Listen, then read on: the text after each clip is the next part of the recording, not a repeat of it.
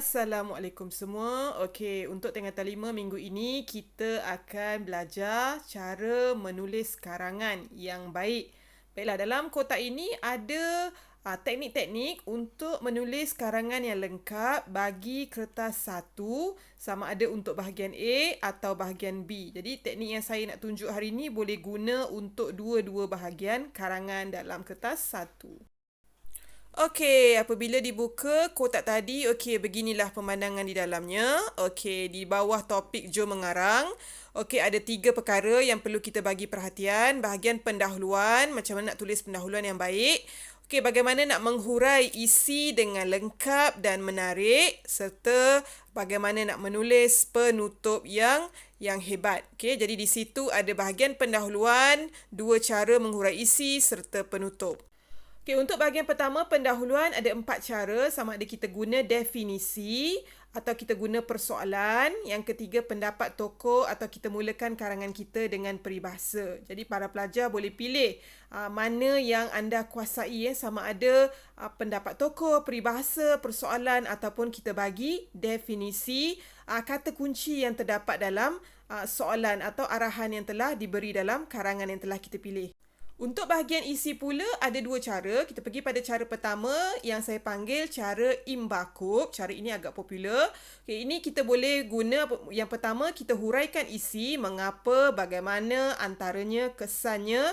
Okay, kita masukkan ungkapan menarik dan ayat tu kita bagi penutup dia. Jadi setiap isi sekurang-kurangnya kena huraikan dalam lebih kurang 6 hingga 7 ayat. Okay, jadi ini teknik yang pertama iaitu teknik imbakub. Okay, untuk teknik yang kedua, teknik yang saya selalu sebut pada awak dalam kelas, teknik anak halim sepak kesum sebab jealous. Okay, kenapa saya guna perkataan begitu supaya awak mudah ingat. Anak halim antaranya hal ini demikian, seterusnya kesannya sebagai contoh dan jelaslah.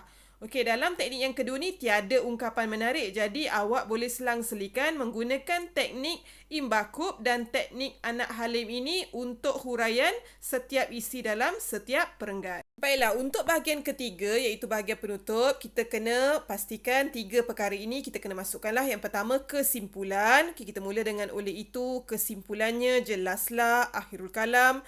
Kemudian kita diminta menyokong tajuk yang kita tulis serta kita kena meletakkan harapan kita pada isu yang telah kita tulis tersebut. Okey, jadi ini akan menjadikan penutup kita lebih menarik dan jangan lupa selitkan kata-kata khidmat atau peribahasa yang sesuai. Baiklah, jadi kita dah jelas untuk menulis karangan yang menarik atau karangan yang baik, kita perlu mempunyai 3 perkara tersebut iaitu pendahuluan, kita perlu mempunyai huraian isi yang menarik. Okey, boleh guna teknik imbakub atau teknik anak halim sepak kesum sebab jealous, dan kita juga perlu mengakhiri karangan kita dengan penutup yang menarik. Baiklah, jangan lupa untuk menyelitkan peribahasa atau ungkapan menarik dan perlu kira patah perkataan yang anda tulis. Baiklah, untuk latihan pengukuhan, okey, jadi buka buku teks muka surat 60 dan 61. Okey, di bawah aktiviti nombor 2 itu anda perlu menulis sebuah karangan yang lengkap berdasarkan bahan bantu yang telah diberi tersebut. Jadi awak perlu menulis karangan lengkap menggunakan bahan yang telah diberi dan awak kena menggunakan bahasa yang berbudaya.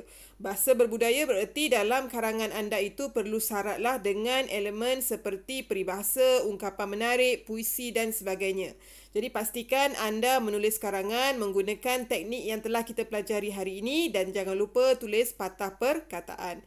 Baiklah, selamat mencuba dan selamat maju jaya. Assalamualaikum.